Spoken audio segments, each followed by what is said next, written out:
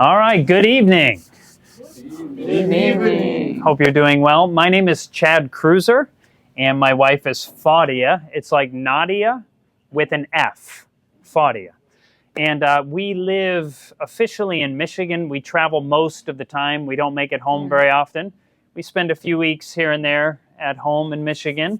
And obviously, it's much better to be in Florida in the winter. And we just came from Missouri, and we were in California before that. But we travel full time. And we made a living making documentary films, going around to archaeologists, historians, scholars, medical professionals. And we've done that for years. And we also have put on seminars, one of which we do seminars on different aspects of health, like reversing diabetes, heart disease, and also the gut-brain connection and depression. And I want to begin with a quotation from an orator from the time of Rome, roughly 2,000, almost 2,000 years ago. His name was Seneca, and he was a contemporary. He lived at the same time as Jesus. They probably had no connection or met each other, but he said it is a part of the cure to wish to be cured. It is a part of the cure to wish to be cured. And I think he was really onto something. And I've come to the conclusion not everybody truly wants to be cured. I had a great-grandmother who was a hypochondriac, someone who believed she had diseases she did not, and there were doctors who would do surgeries on her for diseases they knew she did not have. But she wanted them, and so they played along, and she would have surgeries for diseases she didn't have. And so there are people who don't really want healing. They maybe just want a surgery, or they want a pill, or what have you. But those who are truly seeking to be cured, that is a part of the cure itself, if you have that desire. And it's interesting because it reminds me of a story in the Bible where there was a man who was paralyzed, and Jesus came up to this guy, the Bible says there in the Gospel of John, and he asked the man a strange question. He says, "Do you want to be whole? Do you wish to be healed?" And that's you might think, well, that's kind of yeah, I mean, if you're paralyzed, sure, you want to be healed. But once again, not everybody wants that. And I figure anybody who's going to come to a seminar on the gut-brain connection, if you have some health issues, maybe you want healing. And if you don't have health issues, you may be able to be a help to somebody else. The more knowledge you have, that is power for you for the future, if you ever come down with a health issue, or you can be an asset, you can be a benefit to the people around you. And researchers, they have looked at, we have a nerve that connects our brain to our gut, and it's called the vagus nerve. And about 90% of the information that travels, it's a bidirectional nerve, meaning the information travels both from the brain to the gut and from the gut to the brain. And they discovered that about 90% of the information in the vagus nerve goes from the gut to the brain. So your gut is telling your brain more than your brain is telling your gut. And you probably heard that researchers now call the gut anybody know? Second brain. The second brain. And we're going to talk a little bit about that. Now, would you like to talk about this, or would you like me to? You can do this. Okay. So researchers have done a fascinating study. You think of something like a pacemaker that they put inside the hearts of people. I have a young friend who after COVID, he came down, one of the super healthy young man, came down with some heart issues. Now he's on a pacemaker as a young man. And but researchers have put a pacemaker-like device and connected it to this vagus nerve. Now the vagus nerve is not only from the brain to the gut, it also connects to major bodily organs, various of them. But in our context here, we're talking about the gut-brain connection. And they did a study where they put a pacemaker-like device and it connected to the vagus nerve. And these were in patients who were depressed. And what they discovered is if they gave an electrical pulse to the vagus nerve, that it lowered levels of depression in these individuals. Well, that's quite fascinating. You might be thinking, man, could I get one of those? Well, I can't help you there to get one of those. But is there anything we could do that's not an invasive surgery? to maybe make a better connection through this vagus nerve from the brain to the gut? Is there something else we can do? Can we do something without the surgery? Well, it's reported in the journal Frontiers in Human Neuroscience in an article entitled Breath of Life that slow breathing technique, specifically where you have slow exhalation, stimulate the vagus nerve and help people feel more relaxed. So that's one thing where you can stimulate it without having to have an invasive surgical procedure. And if you can read here. A systematic review and meta-analysis was reported in the journal Frontiers in Human Neuroscience, looking at the impact of slowing down your breathing on both brain and mind. The report that fMRI scans revealed that it enhances activity in the prefrontal motor and parietal cortices of the brain. It was also found to bring comfort, lower levels of anxiety, depression, and anger. It also helps people to feel more relaxed and yet more alert. So this is all from breathing accurately. Learning to breathe, because what often happens when you're stressed, you may not always notice. You might notice if you're extremely stressed or if you're extremely afraid, that you begin to have more rapid breaths, and they're typically more shallow. So you have these shallow, rapid breaths, and that can increase your heart rate. That process actually will, by nature itself, will begin to make your heart rate even more rapid and make you more stressed. And so by reversing that, by choosing to have slower exhalations, just having, one of the ways you can do it, I mean, if you're with people, you can't quite do this, but one of the ways you can do it to slow down your exhalations is to breathe out like you shut your teeth and you put your tongue right behind the top of your teeth, and if you can slow down your outward breath to 6 to 8 seconds, that will start to slow down your heart rate. It will turn on the parasympathetic nervous system. Your body will begin to calm down as a result of that, and it begins to influence the vagus nerve. So it's something that you don't have to necessarily have a surgery to do this. But we didn't read that last one. So this is interesting about blowing away GERD. Is that possible?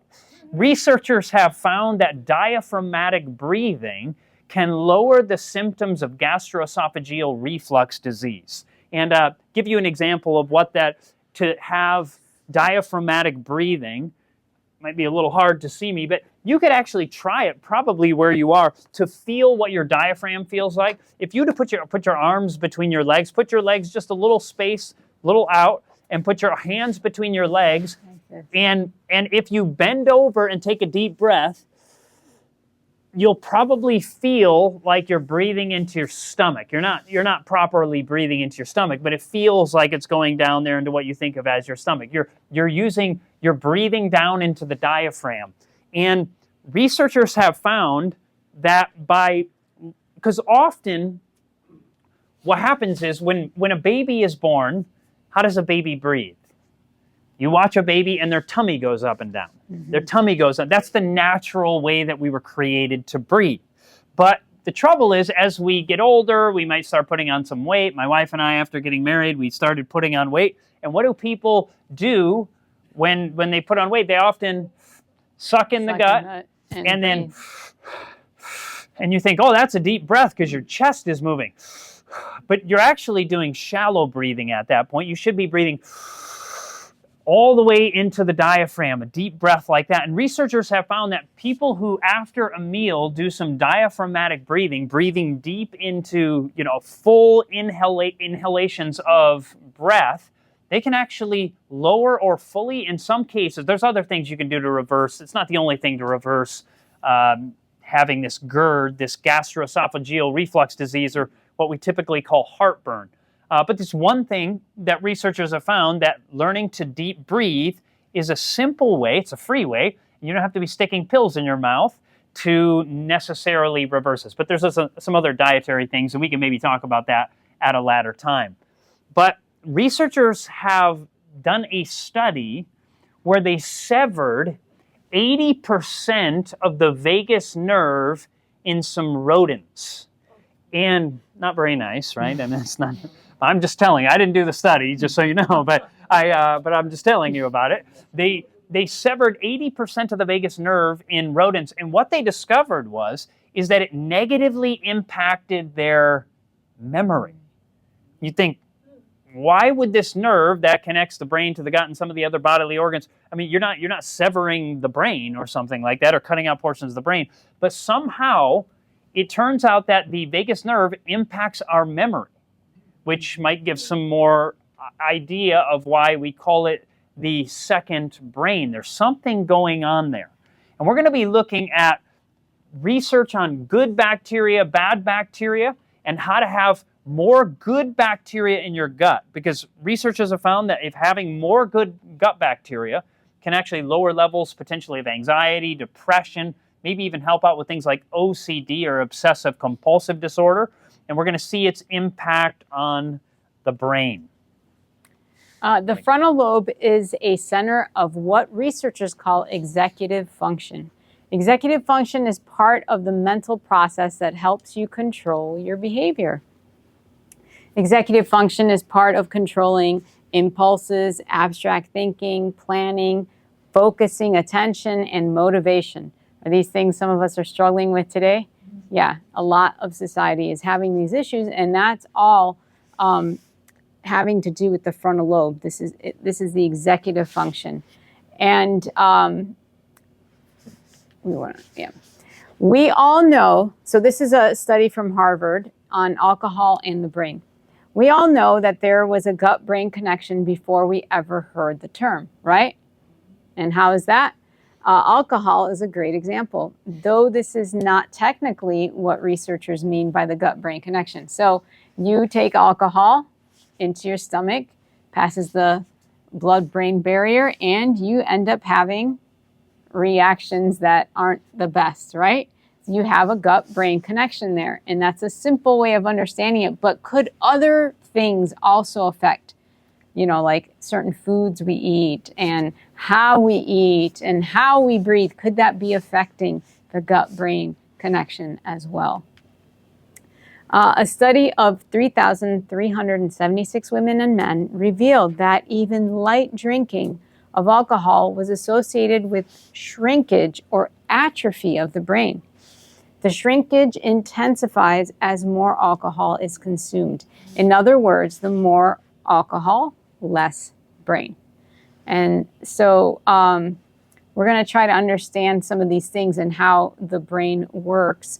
It says here, mechanisms of neurogeneration and degeneration. Oh, neurodegeneration. Thank you. Neurodegeneration and regeneration in alcoholism. And what they did is they had 4 days of binge drinking, and while they're binge drinking, it decreases. It have degeneration of the brain and can also cause cognitive mental deficits. The good news is that there is regeneration or neurogenesis, that's growth of new cells. Because remember, we used to be told whatever you have, that's it, as far as brain cells. But now we're seeing that there is regeneration of your neurons in the hippocampus, and that's the area of the brain that has to do with memory when alcohol consumption ceases. So the minute you stop, the brain is already regenerating. It's already trying to fix things. But the problem is, this study wasn't done on humans. It says if you are a rodent. But this may be true for humans, right? And why do you think that? Because some people have experienced it in their own lives, right? Chad was a heavy alcoholic at a young age, and God is good. His mind is regenerated. I mean, there was times where he couldn't remember what he had done. He woke up in the morning, couldn't remember what he had done, and it's just, wow, it's scary. Or one time you went to school and you was it? Well, that was from Other drugs. Oh, Yeah. okay. Sorry.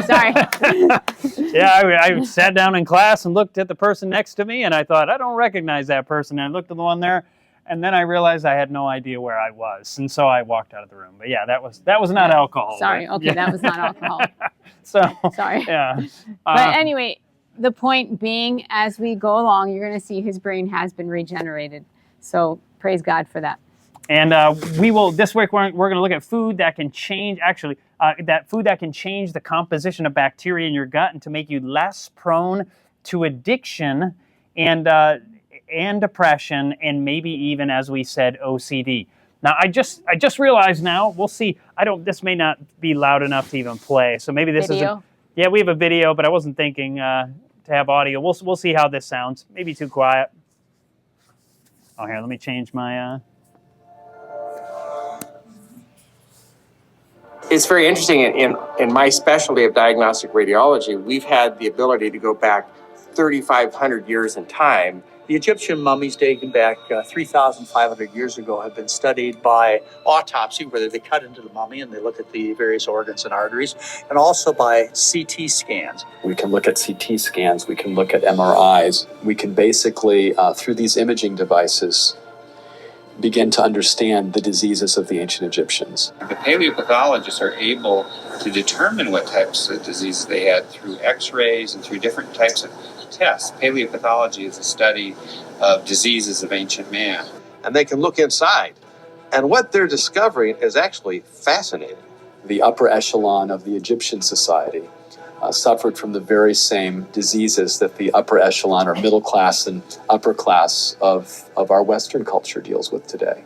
In fact, Ramesses the Great is believed to have died from a heart attack. Heart disease, very common cause of death.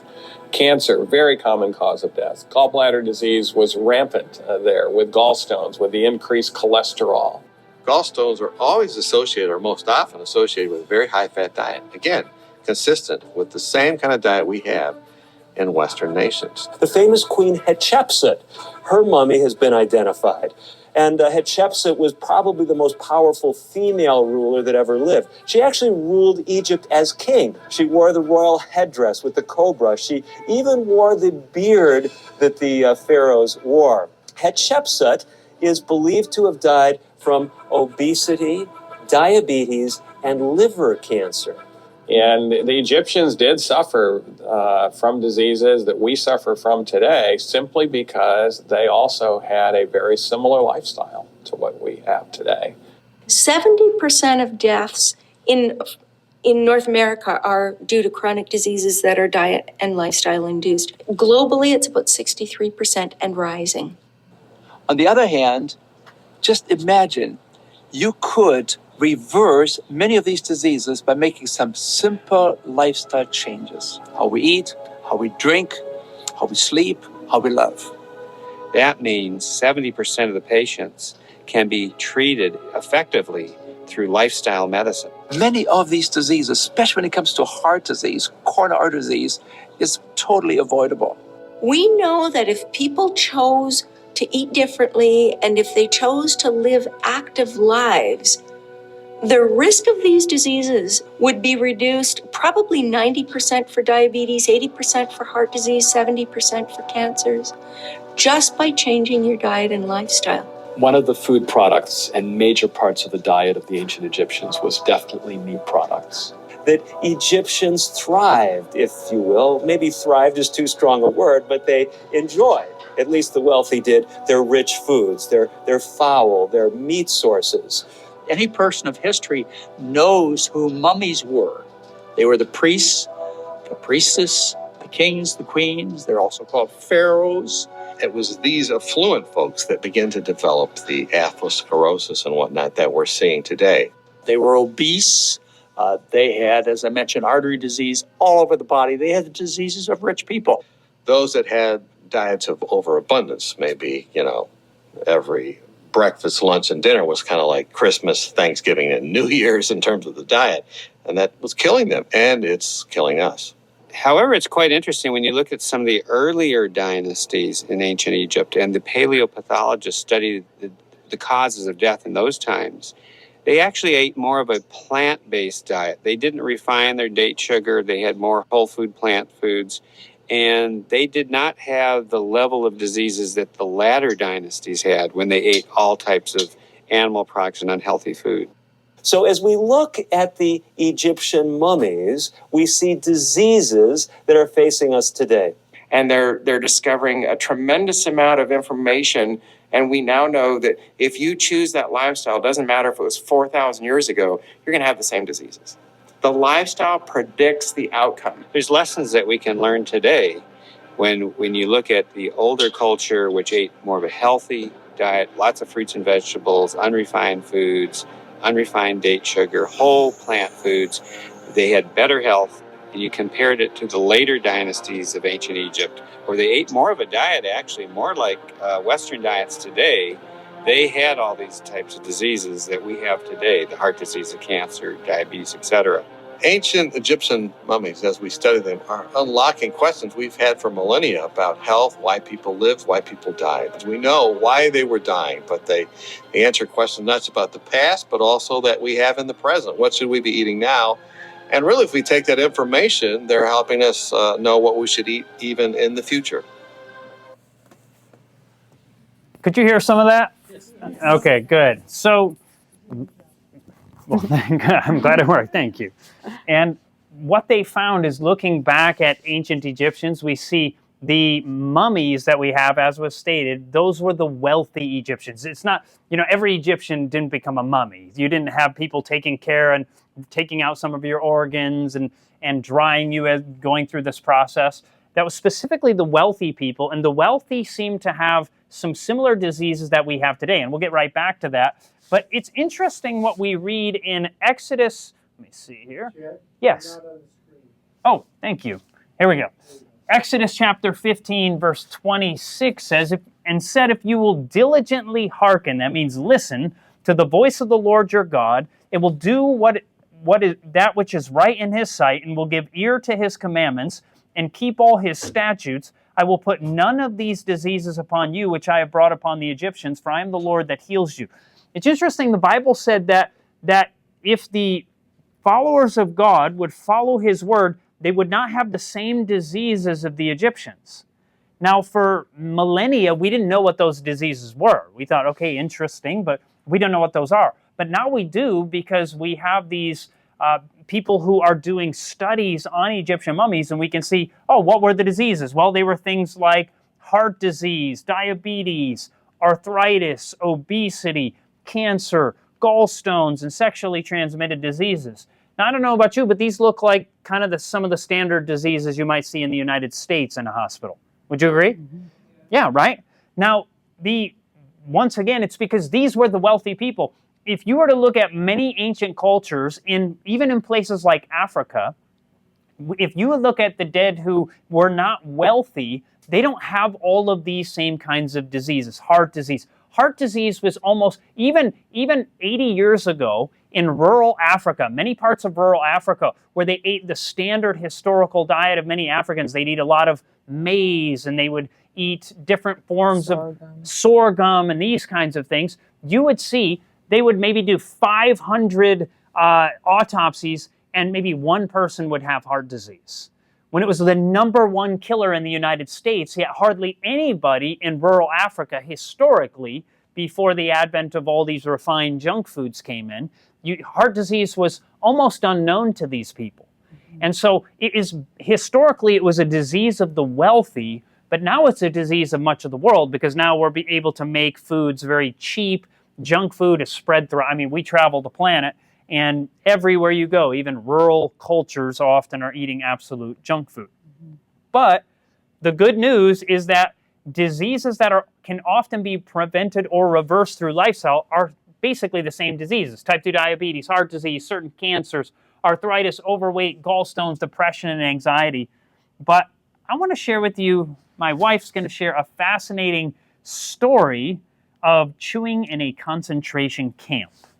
So tonight we're kind of going over foundations of the gut-brain connection, and we'll get into some deeper things. But these are neat things to understand. He talked about how even breathing accurately can make a difference, right? So in this one, we're going to talk about chewing. So this was in a concentration camp during the time of communist, Eastern Europe communism. And so they had put people into prison who were like political prisoners, right?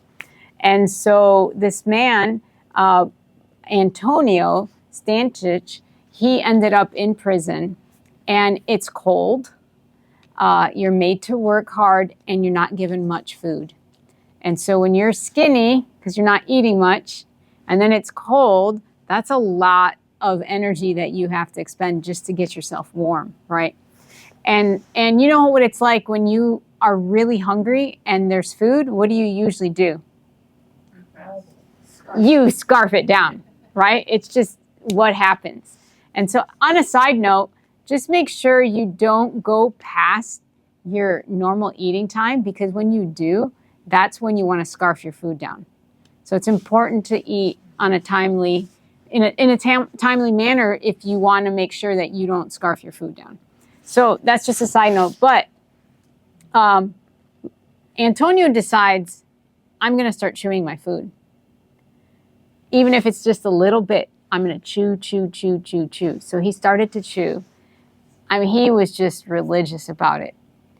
He would chew anywhere from like 150 to 300 per bite. Okay, now we're just telling you a story. Meaning he'd take a bite and chew it. We're not telling you to do all that. No.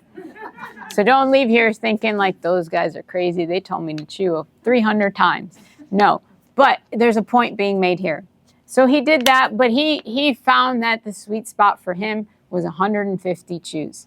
Now, if you end up being in a concentration camp, remember this story, all right? Because what ends up happening is Antonio starts to feel warmer, has more energy, and feels happier. And he's just like, this is incredible. Still eating the same amount of food, but chewing that food more. And so he told some of the other prisoners, he's like, you guys, you got to try this. You have to chew your food more. Some of them were like, Antonio, whatever, this is ridiculous. But there was 2 of them that decided to do it. And those 3 were the ones that outlived everybody else. And the others, by the time they were set free, the others had died, but those 3 had made it. From that group. So that's why I say, if you end up in a concentration camp, remember this and chew, chew, chew, whatever little you're given, right? So, but as far as studies go, there was a study where participants chewed their food 10, 25, or 40 times. And those who chewed the most received the most nutrition, looking at a specific nutrient. So even science, I know that was an anecdotal story, but even with science, you realize the more you chew, the more your body takes, because you're breaking these foods down in your mouth so that when it gets to your stomach, it doesn't have to work as hard to uptake the nutrition. In a book called Healthful Living, it says the benefit you derive from your food does not depend so much on the quantity eaten as on its thorough digestion, which starts in the mouth, nor the gratification of the taste so much on the amount of food swallowed as on the length of time it remains in the mouth. So the longer you keep it in your mouth, the better it tastes also. Have you heard of these tribes? Is it in South America or in Africa? I forget. But the women will gather around and chew the food, spit it out, and then everybody comes and partakes in this. Because we have things in our saliva that enhance, it's a flavor enhancer. So the more you chew, the better it is. It's a flavor enhancer. I'm not telling you, once again, I'm not telling you these stories so you can have regurgitation parties or whatever. Well, maybe some of the ladies here can do this for us. We can have a special meal together, huh? No. Anyway. They like it because it tastes better by doing that. I have no interest, but. So it says, eat slowly and allow the saliva to mingle with the food. Those who are excited, anxious, or in a hurry cannot supply the necessary gastric juice. So if you find yourself to be all worked up before a meal, just take it easy, step away, maybe go for a walk, do some of the deep breathing from the diaphragm, calm yourself down before you eat, because you're going to interrupt your digestion. And so then what happens? That anxiety will continue because the gut-brain connection, and you won't digest well. It's just something to think about. But this is really cool. This is chewing an opioorphin. Opioorphin is a painkiller stronger than morphine. And guess where it's found? In your mouth. Isn't that amazing? And guess how it's released? From chewing. Isn't that powerful? You have something stronger than morphine in your mouth that if you just chewed more, because remember, chewing is kind of a violent thing, isn't it? You ever bite your lip or chew on, or bite your tongue or it hurts, right? But we have this thing, sometimes when you're sick and you have a sore throat, you notice it gets a little better after you eat. And that's because of that chewing. The opioorphin is released and it coats your throat. So, but what's really cool also, not just about the fact that it works like morphine, but also it has antidepressant effect on you as well. So it makes you happier to chew more. So the more you chew, the happier you'll be. But what happens is people have figured that out, and what do instead of chewing more? They eat more. So that's the problem. We figured out, we say, it's my comfort food. It's, I feel better. But if we chewed more, we'd have the same effect without the amount of calories that we just add on. So I think that's exciting. And these are just simple things. And I know we think, oh, my problems are worse than that and this and that. But these are the foundational things, right? Learning how to breathe properly, chewing properly can make us happier people and healthier. And we have more energy. And we also have the ability to stay warmer and all of that. So just really neat things, I think, as far as just foundational things. Now, let's talk about some fascinating research. Some of you may have heard about this. They've done research now on C-section babies, looking at comparing the health, long-term health of C-section babies or babies that are born through natural delivery. And they found that C-section babies, by the way, I was a C-section baby, they statistically have higher rates of disease. In a study reported in the journal Pediatrics of 2 million babies. That's a massive study. Very few studies are going to have that many people in it. They follow them. This was done over the course of 35 years, and they found that C-section babies have higher rates of allergies, asthma, bowel disorders, rheumatism, and leukemia. And I've had all of those issues except for the leukemia, and I hope I don't come down with that. And but the good news also is that all of them have also been reversed in my life through lifestyle changes. The video clip we showed you is from a documentary that my wife and I produced called Ancient Health. And it was while producing that film. We were going around to medical professionals, people, the one guy was an archaeologist, but various people. And it was through that film that my health was changed. My life was changed. And so people may be more prone to these things, but lifestyle in most cases can reverse the impact of something like C-section. So knowing these things, knowing the things that we're going to talk about over the next several messages, not just today, but in the upcoming messages, may help someone who went through this to potentially have a healthier life in the long run. And why is it that this is a potential, that it's higher disease rates? Yes, because part of it is when a baby is born through a natural birth, when a baby goes through the birth canal, that is the time when the baby is introduced. When you're in the womb, you're in a nearly sterile environment. So you generally don't have bacteria. There's things that can make bacteria in the womb, but typically they're in a near sterile environment. And so when they begin to go out the birth canal, that's when they're introduced to the good bacteria that they need to jumpstart their immune system. But what happens is if if they do not go through that and instead they are cut out through a C-section, now they don't receive the good bacteria that they should have gotten for their immune function. And so they maybe get their first bacteria from the doctor's gloves or from the hospital or just from touching people, but they were meant to get it through the birth canal. And so looking at this, is there anything that they can do to maybe help someone who has to have a C-section? Well, they've already done some studies on swabbing the mother. So they swab the mother before the baby is going to be born with a C-section. And once the baby is born, they put that bacteria, what is there on the nose and mouth and every orifice of that child, to begin to try to give as much as possible the good bacteria that they need. And this can be beneficial if someone has to go through a C-section.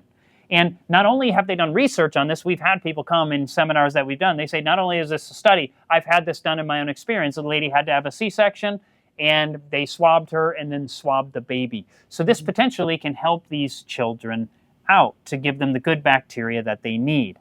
But we want to talk for a moment about the gut-brain connection and weight control. It says here, when you don't sleep well, it can cloud your mind and make it more difficult to have a healthy weight. This may happen in part by two hormones, leptin and ghrelin.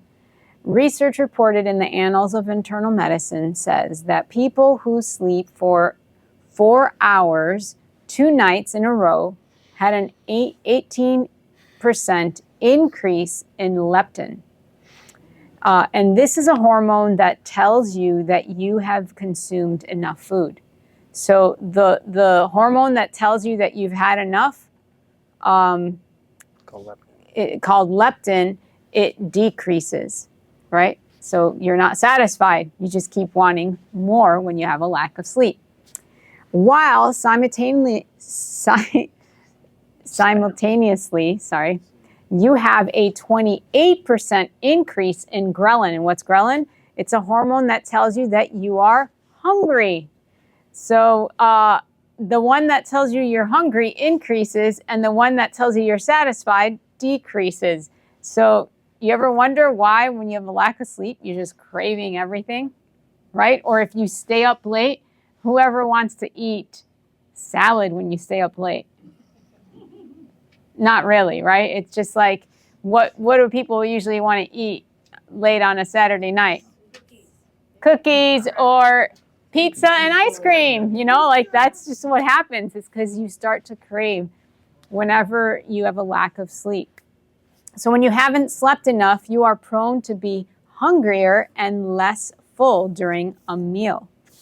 Another study in Washington State, from Washington State University, reveals that 3 nights of working night shift can significantly alter your gut-brain connection. So just 3 nights. Anybody that's done nights knows this. I have a friend, whenever she's on night shift, she gains weight. And when she gets off of it, she loses the weight. Because of that lack of sleep, right? These hormones are affecting you. You don't get enough sleep, and so you start to crave things, and it's just what happens. But this is interesting. So we were talking earlier, this next one we're going to show you, we were talking earlier about deep breathing and how important it is, but you also have to do something with that deep breathing. And what is that, Chad? Well, you are, help me out. What Posture. is it? Posture. There we go. There, it's right on the screen. Now you're... So according to Harvard Health Publishing, poor posture can increase rates of acid reflux and heartburn, which takes place when stomach acid is brought up into the esophagus. Poor posture may also promote slower digestion. Because what happens is, if I'm bent over like this, I'm sitting there and for hours I'm doing this, I'm pushing down on the intestines, I'm pushing down on my stomach, and it makes it harder for things to move well. You need good circulation, not only of blood, but also so that things can move through the digestive tract well. But when we're all hunched over, it can make it much harder to have that. And as a result, you may have slower digestion and more prone to heartburn or GERD. And less oxygen to your body because you're slouching. Yep, that's right. So you want to show us real quick how to have good posture? One of the ways that you can learn to have proper posture, it's very simple. actually stand up just for a moment. I know it's the hardest thing when somebody makes you in a conference stand up, but just for a moment.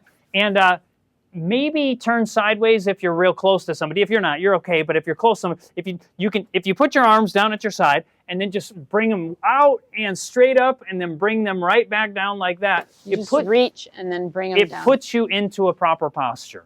So it's a very simple way. You could, and yeah, so just reaching up and then it puts you in, and you can do the same thing while you're sitting. While you're sitting, you can do the same thing. Just reach up like it. You're welcome to sit down. And but did you feel how your shoulders went back? Yeah, you feel how it puts you into kind of the proper posture of what you should be. And then you feel like your diaphragm stretched, and you also feel like you're pushing your chest out. And I think that's why a lot of us feel like, oh, I'm looking like I'm, But it's like it's good to have good posture, right? It's just it just looks better. So yeah. And so, but could posture also have an impact on your brain? Now, there are several indicators that a person may be able to help diagnose depression, one of which, according to the researchers, is slumped posture. So having a slumped posture, meaning that those who are depressed are more likely to have poor posture. Doesn't guarantee that somebody's depressed because they have poor posture, but it is more likely at that point. And research in the Journal of Behavioral Therapy and Experimental Psychology took people who were mildly to moderately depressed and divided them into two groups. One group would sit with their standard posture and the other with upright posture. The group that sat upright increased what researchers call positive affect. Positive affect is someone's ability to personally experience things like happiness, joy, and positive emotions. And those who sat upright were also more talkative and had lower levels of anxiety. So simply learning to have better posture, someone who's depressed, and once again, just to clarify, we don't think all of these things like breathing accurately is going to reverse all depression, or having proper posture is going to reverse all depression, but each habit, and we're going to talk about several things, not only tonight but in future nights, some of these factors may only have a 10% benefit in your life.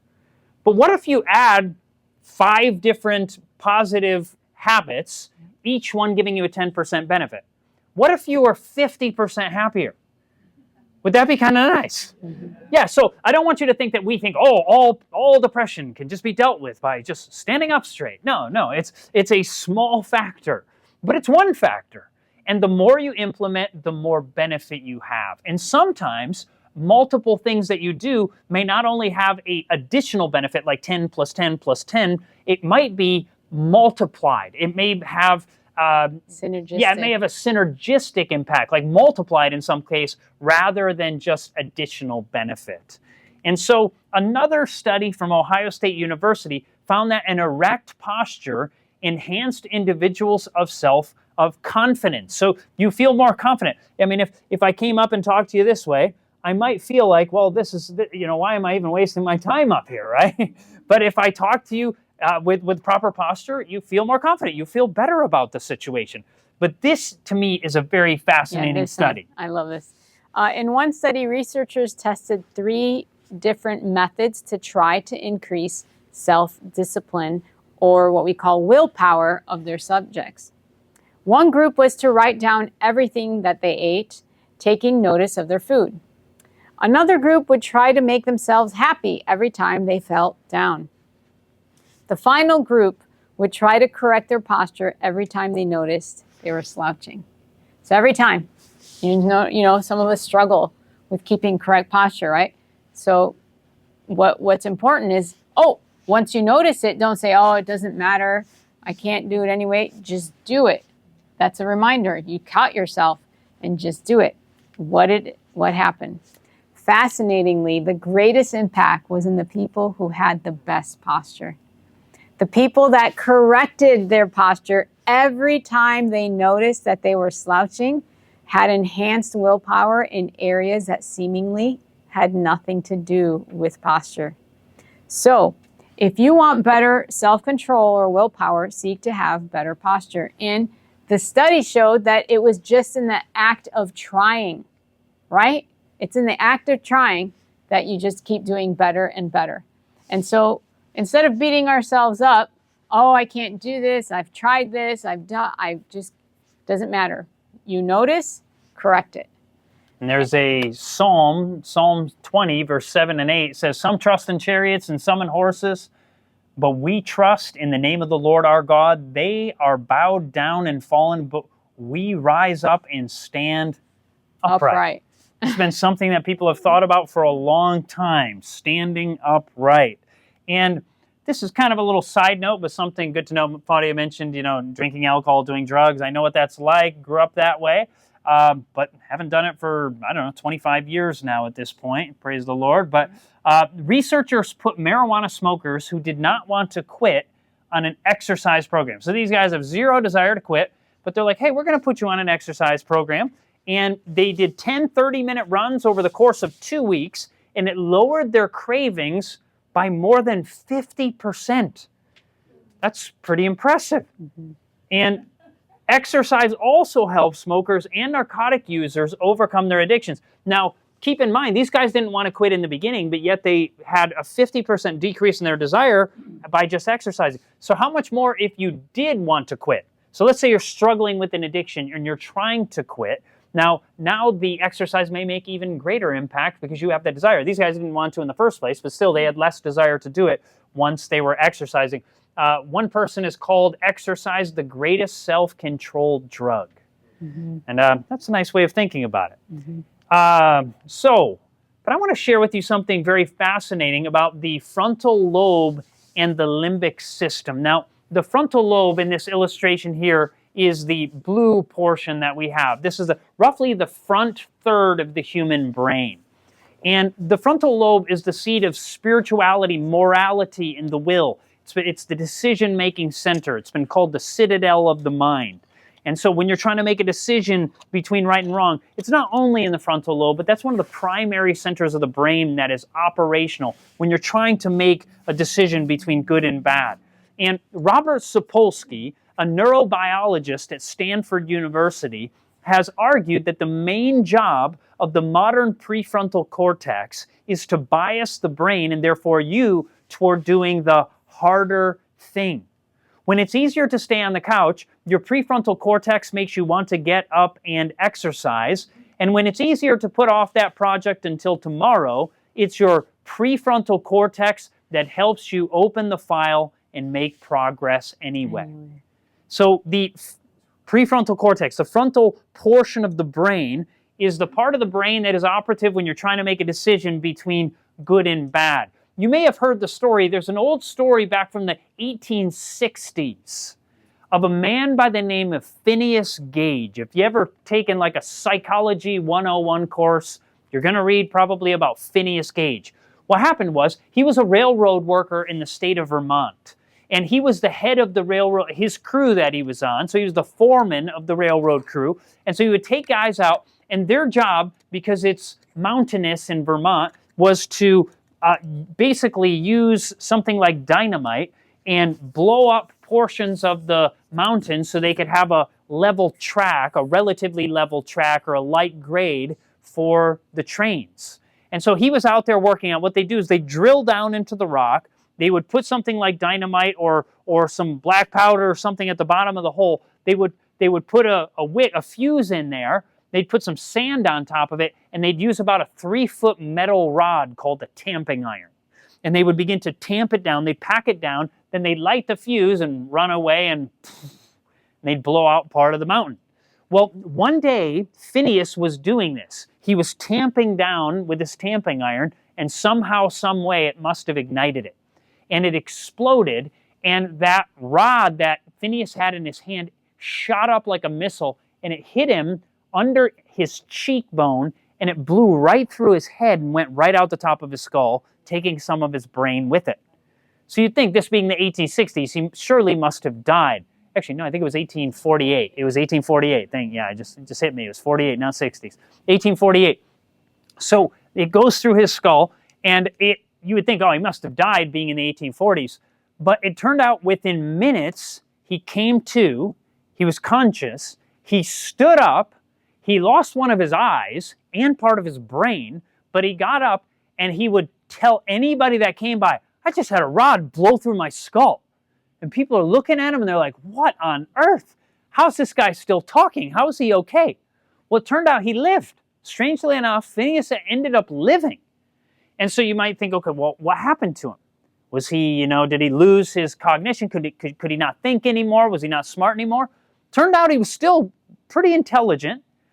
What changed about Phineas was not so much his intellect in the sense of being able to remember things or facts or figures or things like this. What changed about Phineas before now if you're a foreman, if you're a leader on a job, now typically you're going to have to be someone who has some forethought, you can think things through, you can have some organization, you can help people out in situations. And Phineas went from this man, he was well-liked, he was a good guy, he was spiritual, he was a religious guy, and then after the accident, he went from being this good husband to an unfaithful husband. He ended up not being able to hold down a job anymore. He ended up forsaking his wife and his children, and he joined a traveling circus. What changed about Phineas was not just his ability to remember things or these kinds of things. What changed was his character. Because the frontal lobe is one of the centers of the human brain of our character. And so what Robert Sapolsky, this neurobiologist out of Stanford, argued that the frontal lobe helps you do in life the harder thing. And what we're noticing in research today is that things like large amounts of wasting time on the internet or video games and these kinds of things negatively impact the frontal lobe. This portion of the brain that helps you do the harder thing in life. And so it's getting harder and harder to do the harder things in life. We just want to do what's easy. And so, this is what we're seeing in the world today, that it's getting harder and harder for people to focus and do tough things in life. Would you agree with that? Not everybody. I'm not pointing the finger at any one person, but by and large, I think we can probably agree that in society, we're seeing more and more of this, that people are finding it harder and harder to do the harder things. And it seems from the research that the frontal lobe is actually, in some cases, it's causing atrophy of the frontal lobe, literal shrinkage of the prefrontal cortex in the research. And this is staggering. This is troubling. And when I saw this information from Robert Sapolsky, that the frontal lobe helps you potentially do the harder thing, it made me think of somebody in history that I think probably did more of the harder thing than almost anybody that you would know of. Whether you're religious or not, people would recognize this person did a lot of hard things, and it was Jesus. 1 Peter chapter 4, verse 1 and 2 speaks of Jesus. It says, "For as much then as Christ, or Jesus, has suffered for us in the flesh, arm yourselves likewise with the same mind. For he that is suffered in the flesh has ceased from sin, that he no longer should live the rest of his time in the flesh to the lusts of men, but to the will of God." Meaning, he lived a life doing hard things, helping out others when he was maybe tired or hungry, going to a cross, choosing to die, doing something very hard. He was living in the frontal lobe. And what it says here is, if we arm ourselves likewise with the same mind, we too can be overcomers in various aspects of our lives. When you learn to do the harder thing, now it's easier to just take a few bites and swallow your food. But to chew more, you say, "Chad, that's not that hard." And no, it's not. But what happens is the more you learn to do some hard things, that also becomes like a muscle. It becomes just like when you first start exercising. If you haven't exercised in 10 years, you go to the gym, the next day you feel so terrible and you say, "Oh yeah, that's why I don't exercise, because it feels so terrible," right? But then if you in another few days after you get over the pain, you go and do it again, and the next time you're still in a little pain, but not as bad as last time. And then you do it a few days later, and after a while, you actually feel pretty good. And then you start feeling rejuvenated. You feel more energy with it, right? You're doing the harder thing.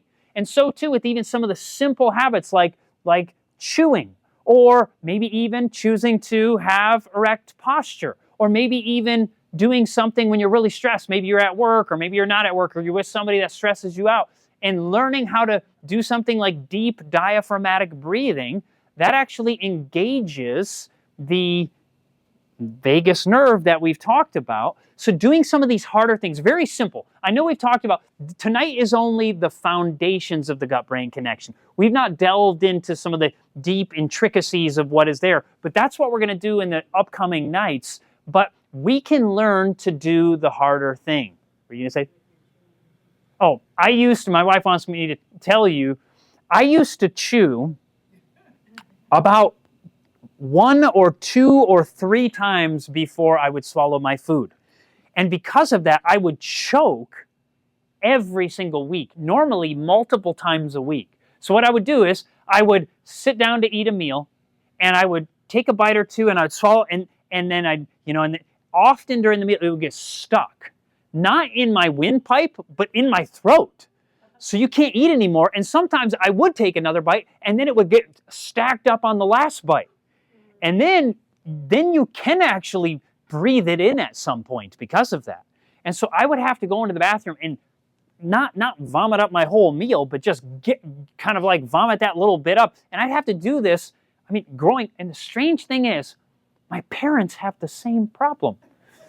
So either I learned it from them, or it's genetic or epigenetic or whatever it is. I don't know what it is, but we all had. So we've gone to the doctor, and they've done, they did these scans where we would drink barium so they could see what it's like, and they couldn't see anything. So they tried expanding my mom's throat or whatever. And finally, you know what stopped me from choking all the time?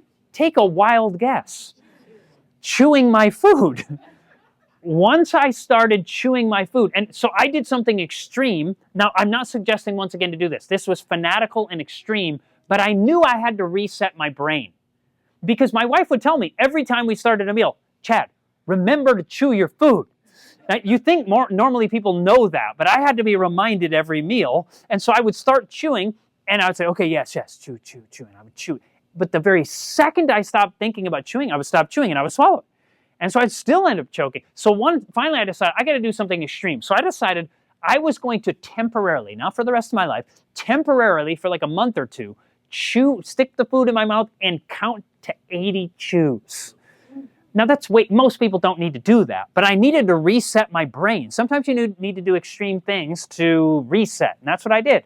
And so we were traveling around to conferences around the United States, around the world, and we'd sometimes eat with people, and I'd say to my wife, all right, Fadia, you talk to people, I'll chew. And so, because if I would talk, I wouldn't think about it. So we're sitting there with people, and I'm just chewing and chewing and chewing and chewing, and I'm not talking to people when we're eating together. But now I don't chew 80 times, but I've learned what it's like to have your food broken down enough so that you can chew and not have to choke. And also, it ended up getting rid of many allergies that I had to food.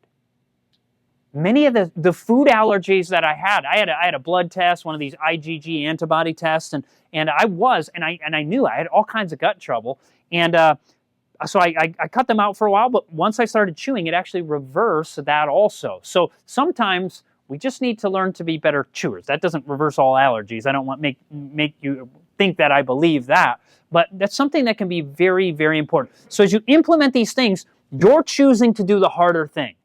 And by the way, I'm not forcing you to do anything, but as you choose to do some harder things, it makes you to learn to have more willpower and makes it easier to overcome in other areas of your life.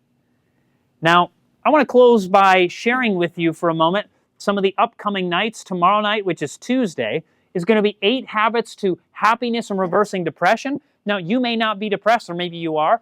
Coming here does not mean that you're depressed, and we're not going to expect that you are or you aren't. Oftentimes, when people are depressed, they don't want to come to something because they're afraid, if I come, then they'll think I'm depressed.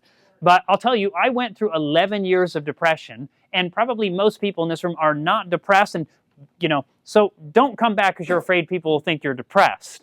But even if you are or you are not, the principles you're going to learn tomorrow are going to be tools in your arsenal, not only to make yourself, even if you're not depressed, some of the principles tomorrow may make you significantly happier, even if you're already relatively happy. And you may be able to help out others who may struggle with depression. Some of these things have changed my life. And then I'm going to share more later on in the week of things that fully brought me out of depression. Actually, it was a dietary change that changed my gut that helped me overcome depression. I'll share more about that. This is actually, we're going to go through Monday, Tuesday, Wednesday, Thursday this week, and next week also here.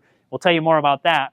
But then, so Wednesday is going to be weight loss and the gut-brain connection. Once again, whether or not you need to lose weight, knowing these things can be an asset both to you and to somebody that you might be able to help.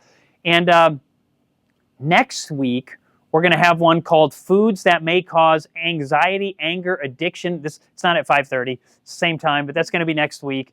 And then, I meant to take that one out, but that will be next week. And then the gut-brain connection to health and happiness is going to be this Thursday. That has to do with some of the things something that really changed my life. Although this one was even more so. That'll be next week. And then next Monday is going to be the gut-brain connection to dementia and diabetes and the memory connection. So many people are struggling with their mind slipping, and we're going to talk about some of the research on why this might be. Not the only factor, but one of the factors on why that may be. And I'm going to close, if it's okay, with a word of prayer. So let's pray together.